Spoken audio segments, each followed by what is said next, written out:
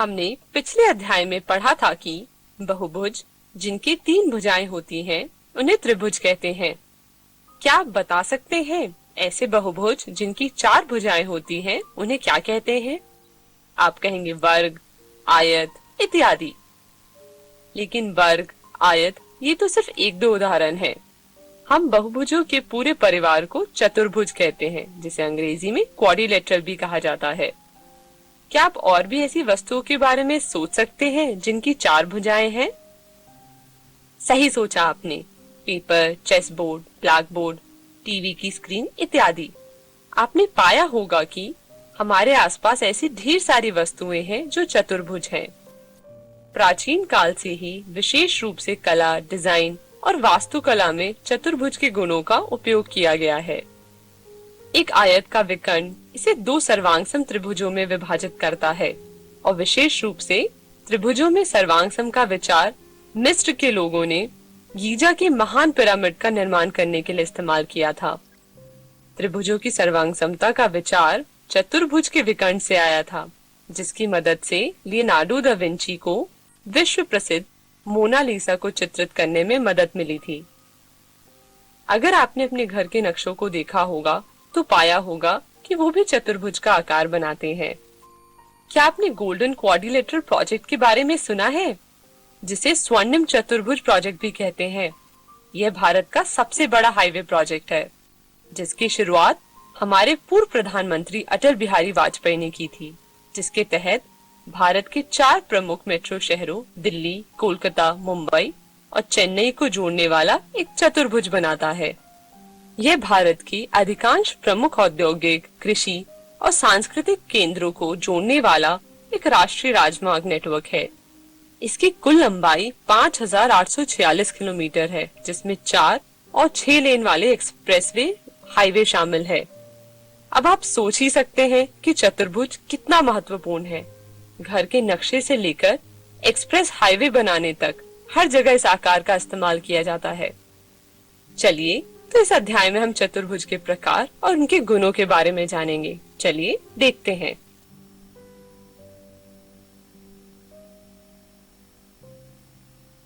हम अध्याय के इस भाग में निम्नलिखित विषयों के बारे में पढ़ेंगे: चतुर्भुज की परिभाषा, चतुर्भुज के प्रकार, चतुर्भुज का कोण योग गुण, समांतर चतुर्भुज के गुण और चतुर्भुज के समांतर चतुर्भुज होने के कुछ प्रतिबंध। इस चतुर्भुज शब्द को तोड़कर देखते हैं और पता करते हैं कि आखिर इसका मतलब क्या है। चतुर्भुज 2 शब्दों चतुर तथा भुज से मिलकर बना है। चतुर का मतलब है 4 और भुज का मतलब है भुजा। इसका अर्थ है कि चतुर्भुज की 4 भुजाएं होती हैं। वो सारे बहुभुज जिसकी 4 भुजाएं होती हैं, उसे चतुर्भुज कहते हैं। अगर आप ध्यान दें तो पाएंगे कि दैनिक जीवन में पाई जाने वाली वस्तुएं एक विशेष रूप का चतुर्भुज है, जिसे आयत कहते हैं। अब आप अपनी कक्षा के फर्श, दीवारों तथा उसकी छत के बारे में सोचिए। क्या वो चतुर्भुज है? सही सोचा आपने, ये चतुर्भुज है। इस बारे में अपने दोस्तों के साथ चर्चा करें और किन्हीं 3 वस्तुओं की सारणी बनाएं जो चतुर्भुज है। चलिए अब एक प्रश्न देखते हैं। क्या दी गई आकृति एक चतुर्भुज की है?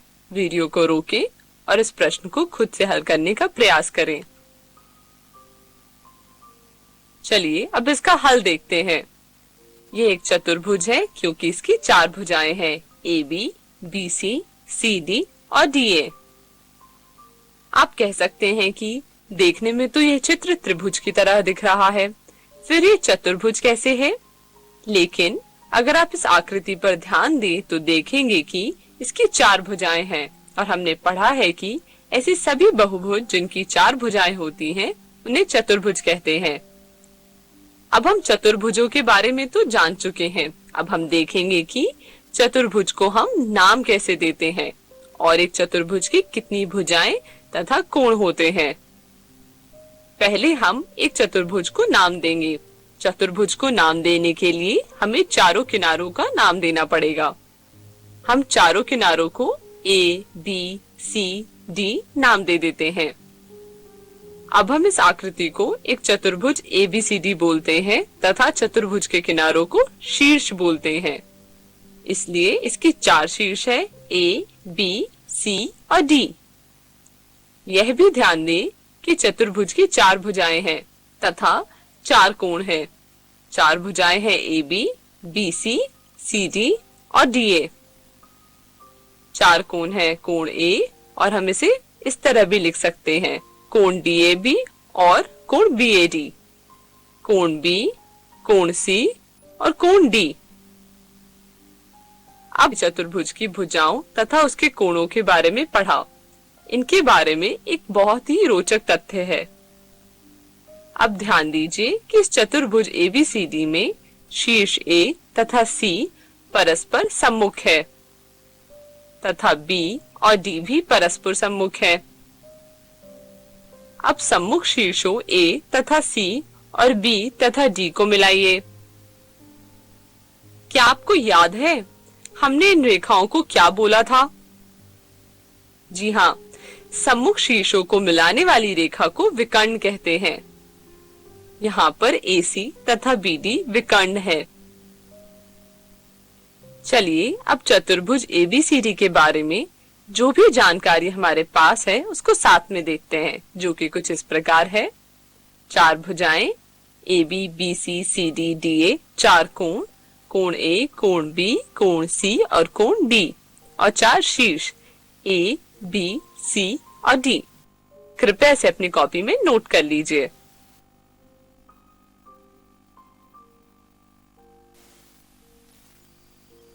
अब हम सब चतुर्भुज शब्द से परिचित हो चुके हैं और हम जानते हैं कि एक चतुर्भुज की 4 भुजाएं तथा 4 कोण होते हैं।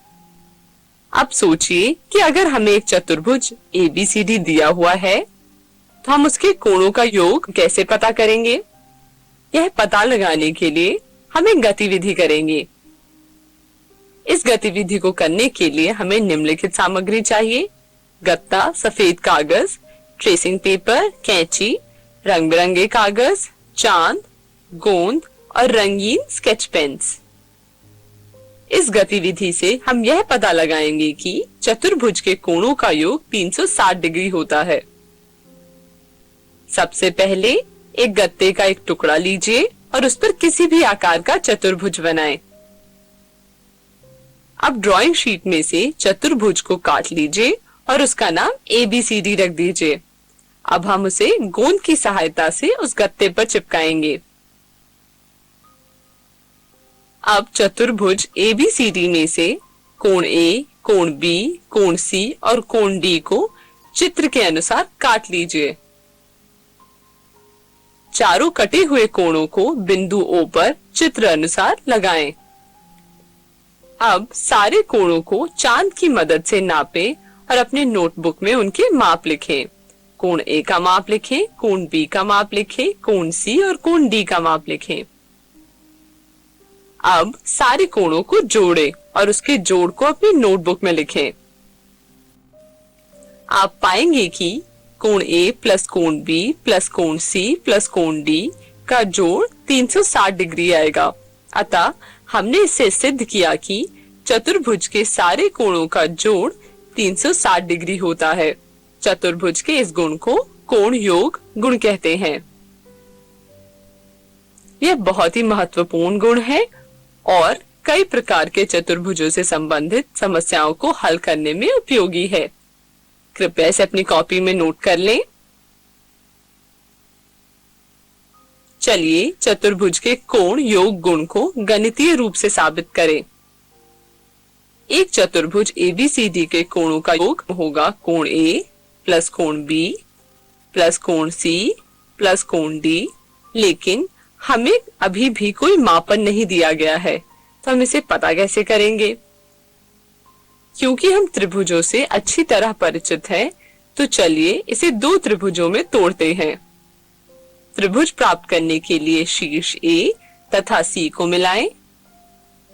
यहाँ हमारे पास 2 त्रिभुज है, त्रिभुज ABC तथा त्रिभुज ADC। अब क्या आप याद कर सकते हैं कि त्रिभुज ABC के कोणों का योग क्या है? जी हाँ, हम पढ़ चुके हैं कि त्रिभुज के तीनों कोणों का योग 180 डिग्री होता है, इसलिए हम ये गुण दोनों त्रिभुजों में लगा सकते हैं। इसलिए हम चतुर्भुज को दो त्रिभुजों में विभाजित कर रहे हैं। अब हम त्रिभुज का ये गुण चतुर्भुजों के कोणों के योग को पता करने के लिए करेंगे। प्रमाण शुरू करने से पहले आइए कोणों के नामकरण को समझे। यहाँ हम देख सकते हैं कोण ए को विकर्ण AC द्वारा दो भागों में विभाजित किया जाता है। अगर हम सिर्फ चित्र में दर्शाए गए कोण को ही दिखाना चाहते हैं तो हम इसे कैसे लिखेंगे? हम इसे कोण DAC या कोण CAD की तरह लिख सकते हैं। अगर हमें ये कोण को दिखाना है तो हम इसे कोण CAB और कोण BAC लिख सकते हैं। अगर हम सिर्फ कोण A लिखें तो इसका अर्थ है कि हम कोण का दोनों भाग ले रहे हैं। चलिए अब प्रूफ शुरू करते हैं। त्रिभुज ADC में कोण DAC जमा कोण ACD जमा कोण D बराबर 180 डिग्री है। इसको हम पहला समीकरण मानेंगे। त्रिभुज ABC में कोण CAB जमा कोण BCA जमा कोण B 180 डिग्री है। इसे हम दूसरा समीकरण मानेंगे। अब हम समीकरण 1 तथा 2 का योग करेंगे, क्योंकि त्रिभुज ADC तथा त्रिभुज ABC को जोड़ने पर हमें एक चतुर्भुज ABCD प्राप्त होता है। यह कुछ इस प्रकार दिखेंगे। समीकरण 1 तथा 2 के योग करने पर सबसे पहले हम बाएं तरफ के समीकरण को एक तरफ लिखेंगे। अब हम दाएं तरफ के समीकरण को एक तरफ लिखेंगे। यह समीकरण 3 है। तो हमें प्राप्त होता है कोण DAC प्लस कोण ACD प्लस कोण D प्लस कोण CAB प्लस कोण BCA प्लस कोण B बराबर 180 डिग्री प्लस 180 डिग्री, जो कि एक तीसरा समीकरण है। अब ध्यान से देखिए, कोण DAC और कोण CAB बराबर है कोण A के और कोण DCA प्लस कोण BCA बराबर है कोण C के। तो हमें प्राप्त होता है कोण A जमा कोण C जमा कोण D जमा कोण B बराबर 360 डिग्री। एक चतुर्भुज के कोणों का योग 360 डिग्री होता है।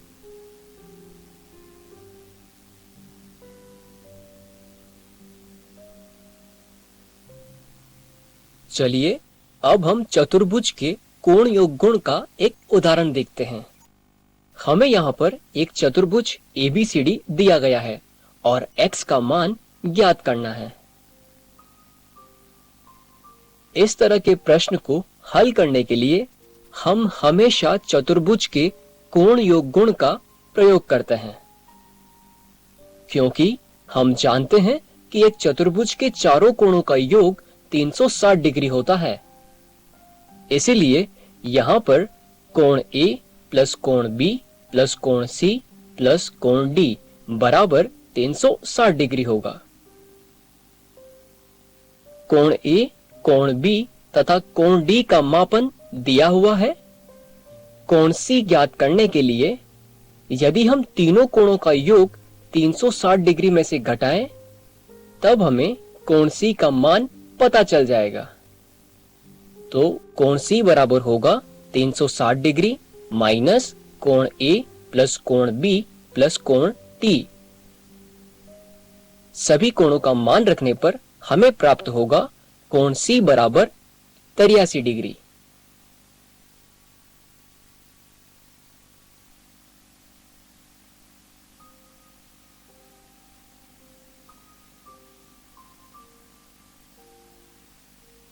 चलिए अब हम NCERT से एक प्रश्न करते हैं। एक चतुर्भुज के चारों कोण 3:5:9:13 के अनुपात में दिए गए हैं। चतुर्भुज के चारों कोणों का मान ज्ञात कीजिए। किसी चतुर्भुज के कोण का मान ज्ञात करने के लिए हम चतुर्भुज के कोण योग गुण का प्रयोग करते हैं। चलिए इस प्रश्न को हल करते हैं। यहाँ पर हमें कोणों के बीच अनुपात दिया गया है। चतुर्भुज के कोण 3:5:9:13 के अनुपात में दिए गए हैं। माना कि पहला कोण 3x होगा, उसी प्रकार दूसरा कोण 5x होगा, तीसरा कोण 9x होगा और चौथा कोण 13x होगा। हम जानते हैं कि एक चतुर्भुज के चारों कोणों का योग 360 डिग्री होता है। इसीलिए 3x plus 5x plus 9x plus 13x बराबर 360 डिग्री होगा। अब आप इसे हल करने का प्रयास कीजिए और x का मान ज्ञात कीजिए।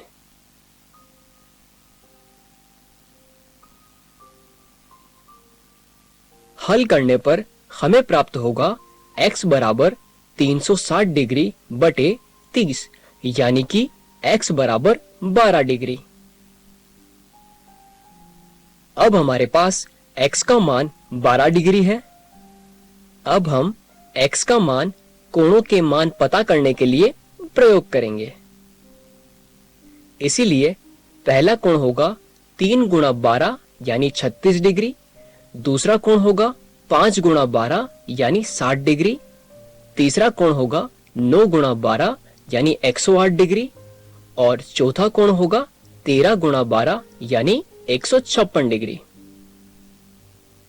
तो इसे अपनी कॉपी में नोट कर लीजिए।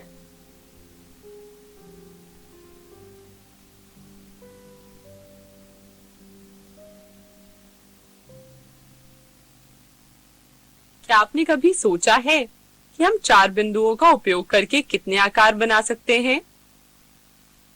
हम जितना बनाना चाहें उतना आकार बना सकते हैं। उदाहरण के लिए आप देख सकते हैं कि कितने सारे आकार बन चुके हैं इन 4 बिंदुओं से। चलिए अब इनमें से कुछ चतुर्भुजों पर चर्चा करें। सबसे पहला चतुर्भुज है समलंब, जिसे अंग्रेजी में ट्रेपीजियम भी कहते हैं। यदि एक चतुर्भुज में कोई एक सम्मुख भुजाओं का युग्म समांतर है तो वह समलंब चतुर्भुज कहलाता है।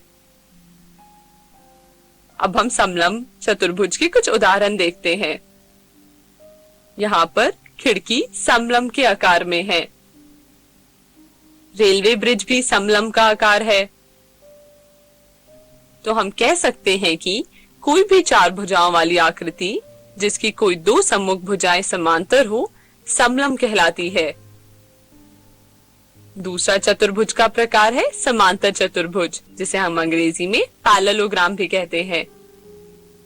समांतर शब्द से हम कह सकते हैं कि समांतर चतुर्भुज में समांतर भुजाओं का कुछ उपयोग है।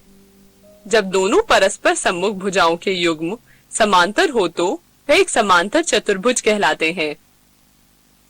2 समांतर भुजाओं के युग्म कुछ इस प्रकार हैं। PQ SR के समांतर है। हम इसे इस तरह लिख सकते हैं PQ पैरेलल टू SR। हम समांतर भुजाएं दिखाने के लिए इस चिन्ह का प्रयोग करते हैं और हम समांतर भुजाओं को तीर के निशान से दर्शाते हैं, जैसे कि आप इस चित्र में देख सकते हैं। तो हम इसे इस प्रकार लिखेंगे PS पैरेलल टू QR। तो यदि एक चतुर्भुज की सम्मुख भुजाओं के दोनों युग्म समांतर है तो यह एक समांतर चतुर्भुज कहलाती है। तो अब हम समांतर चतुर्भुज तथा समलंब से अच्छी तरह परिचित हो चुके हैं। तो चलिए दोनों आकृतियों की तुलना करते हैं। समलंब में एक सम्मुख भुजाओं का युग्म समांतर होता है। समांतर चतुर्भुज में प्रत्येक सम्मुख भुजाओं का युग्म समांतर होता है। तो हम कह सकते हैं कि समांतर चतुर्भुज एक समलंब है। जी हाँ, क्योंकि इसके पास एक सम्मुख भुजाओं का समांतर युग्म है। क्या हम यह भी कह सकते हैं कि प्रत्येक समलंब एक समांतर चतुर्भुज होता है? नहीं। देखते हैं ऐसा क्यों होता है। क्योंकि हम जानते हैं कि समांतर चतुर्भुज में प्रत्येक सम्मुख भुजाओं का युग्म समांतर होता है तथा समलंब में सिर्फ एक युग्म ही समांतर होता है। अब हम समांतर चतुर्भुज की एक विशेष स्थिति पर चर्चा करेंगे। आयत, जिसे हम अंग्रेजी में रेक्टेंगल भी कहते हैं। ये एक आयत है क्योंकि इसकी दो सम्मुख भुजाएं समांतर है। AB समांतर है DC के तथा AD समांतर है BC के। लेकिन इस आकृति में विशेष क्या है? किस तरह से यह आकृति पिछले वाली आकृति से भिन्न है? दोनों आकृतियों की तुलना करने पर हम पाते हैं कि पहली आकृति में सभी कोण 90 डिग्री है तथा दूसरी आकृति में कोणों को 90 डिग्री होना जरूरी नहीं है। तो ये विशेष समांतर चतुर्भुज एक आयत है तथा यहाँ पर सम्मुख भुजाएं समांतर है तथा सभी कोण 90 डिग्री हैं। हम यह भी कह सकते हैं कि प्रत्येक आयत एक समांतर चतुर्भुज है क्योंकि इसमें सम्मुख भुजाओं का प्रत्येक युग्म समांतर है। हम आयत के कुछ उदाहरण ले सकते हैं, जैसे कि नोट का आकार एक आयत है, कॉपी या किताबें। अब चौथा प्रकार का चतुर्भुज है वर्ग, जिसे हम अंग्रेजी में स्क्वायर कहते हैं। वर्ग भी एक समांतर चतुर्भुज है क्योंकि सम्मुख भुजाओं के दोनों युग्म समांतर है। वर्ग के कुछ गुण: सभी भुजाएं समान हैं, सभी कोण 90 डिग्री के हैं।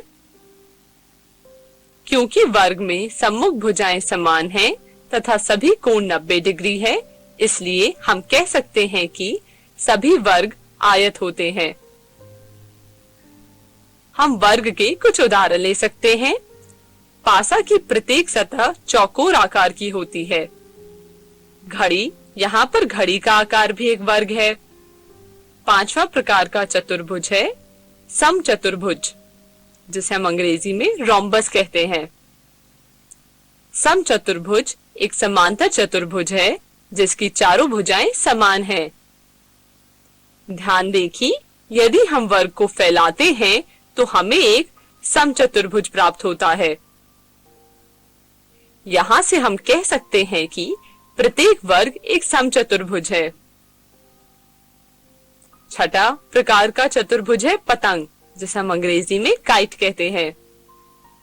एक चतुर्भुज ABCD में AD बराबर है CD के तथा AB बराबर है CB के, तो हम कह सकते हैं कि साथ वाली भुजाओं के दो युग्म समान होते हैं और इसे पतंग कहते हैं। ये एक समांतर चतुर्भुज नहीं है क्योंकि यहाँ सम्मुख भुजाएं समांतर नहीं हैं। चलिए अभी तक जो हमने पढ़ा उसकी संक्षेप में चर्चा कर लेते हैं।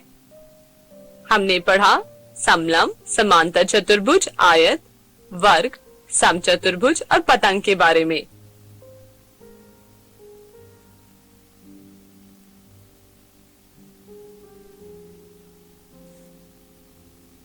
हम समांतर चतुर्भुज से तो परिचित हो चुके हैं। अब हम समांतर चतुर्भुज के कुछ महत्वपूर्ण गुणों पर चर्चा करेंगे, लेकिन उससे पहले चलिए एक गतिविधि करते हैं। एक समांतर चतुर्भुज बनाएं। कागज की एक शीट से एक समांतर चतुर्भुज को विकर्ण के साथ काटें। हमें दो त्रिभुज प्राप्त होते हैं। आप इन दोनों त्रिभुजों के बारे में क्या कह सकते हैं? क्या ये सर्वांगसम है? चलिए एक त्रिभुज के ऊपर दूसरा त्रिभुज रखकर इसे पता करने का प्रयास करते हैं। एक त्रिभुज को दूसरे से ढकने का प्रयास कीजिए। इस गतिविधि से आपने क्या देखा? हमने देखा कि दोनों त्रिभुज एक दूसरे के सर्वांगसम हैं, क्योंकि दोनों त्रिभुजों ने एक दूसरे को ढक लिया। तो हम कह सकते हैं कि प्रत्येक विकर्ण समांतर चतुर्भुज को दो सर्वांगसम त्रिभुजों में बांटता है। अब हम गणितीय रूप से इस परिणाम को साबित करेंगे। प्रमेय 8.1, जिसके अनुसार समांतर चतुर्भुज का विकर्ण इसे दो सर्वांगसम त्रिभुजों में विभाजित करता है। इस प्रमेय को सिद्ध करने के लिए हमें एक समांतर चतुर्भुज तथा एक विकर्ण बनाना पड़ेगा। चलिए बनाते हैं। माना कि एक समांतर चतुर्भुज ABCD है तथा AC एक विकर्ण है। ध्यान दीजिए कि विकर्ण AC समांतर चतुर्भुज को दो त्रिभुजों में विभाजित करता है, त्रिभुज एबीसी तथा त्रिभुज सीडीए। हमें ये सिद्ध करना पड़ेगा कि ये त्रिभुज सर्वांग सम है।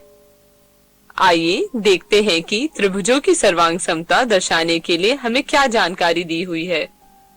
यहाँ पर हमें एक समांतर चतुर्भुज एबीसीडी दिया हुआ है तथा हम समांतर चतुर्भुज की परिभाषा जानते हैं। तो हम कह सकते हैं कि समांतर चतुर्भुज में AB समांतर है CD के तथा AD समांतर है BC के और AC एक तिर्यक रेखा है क्योंकि ये समांतर रेखाओं को काटती है। क्योंकि तिर्यक रेखा AC समांतर रेखाओं DC तथा AB को काटती है, इसलिए कोण DCA बराबर है कोण BAC के, क्योंकि यह एक एकांतर कोणों की जोड़ी है। अब फिर से तिर्यक रेखा AC समांतर रेखाओं AD तथा BC को काटती है। कोण DAC बराबर है कोण BCA के, क्योंकि यह एक एकांतर कोणों की जोड़ी है। तो हमें त्रिभुज ABC और त्रिभुज CDA में प्राप्त होता है कोण DCA बराबर है कोण BAC का और कोण DAC बराबर है कोण BCA का। यह एक एकांतर कोणों की जोड़ी है। अब हमारे पास दोनों त्रिभुजों से समान कोणों के दो युग्म हैं। सर्वांग समता सिद्ध करने के लिए हमें कम से कम 3 युग्म चाहिए होंगे। चलिए तो तीसरा युग्म ढूंढते हैं। ध्यान दीजिए कि भुजा AC दोनों त्रिभुजों के लिए उभयनिष्ठ है, AC बराबर AC। तो यह ASA नियम से दोनों त्रिभुज सर्वांग सम है। चलिए एक बार इस प्रूफ को संक्षेपित रूप से समझ लें। कृपया इसे अपनी कॉपी में नोट कर लें।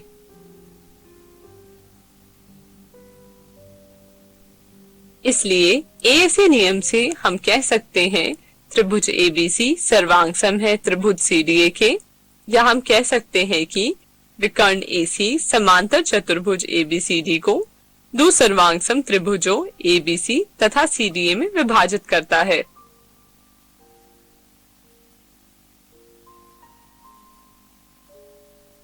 हमने अभी सिद्ध किया कि एक समांतर चतुर्भुज का विकर्ण उसे दो सर्वांगसम त्रिभुजों में विभाजित करता है। प्रमेय 8.1 का प्रयोग करके अब हम सिद्ध करेंगे कि समांतर चतुर्भुज के सम्मुख भुजाएं बराबर होती हैं। हमें प्राप्त है त्रिभुज ABC सर्वांगसम है त्रिभुज CDA के। तो क्या हम कह सकते हैं कि AB बराबर होगा CD के तथा BC बराबर होगा DA के? वीडियो को रोकें और अपने सहपाठियों के साथ इसके बारे में चर्चा करें। चलिए अब इसका हल देखते हैं। जी हाँ, हम कह सकते हैं कि AB बराबर है CD के तथा BC बराबर है DA के, क्योंकि त्रिभुज ABC सर्वांगसम है त्रिभुज CDA के तथा हम जानते हैं कि सर्वांगसम त्रिभुजों के संगत भाग बराबर होते हैं तथा यहाँ पर AB CD के संगत है और BC DA के संगत है। तो हमें प्राप्त होता है कि AB बराबर है CD के तथा AD बराबर है CB के। इससे हम निष्कर्ष निकाल सकते हैं कि एक समांतर चतुर्भुज में सम्मुख भुजाएं बराबर हैं।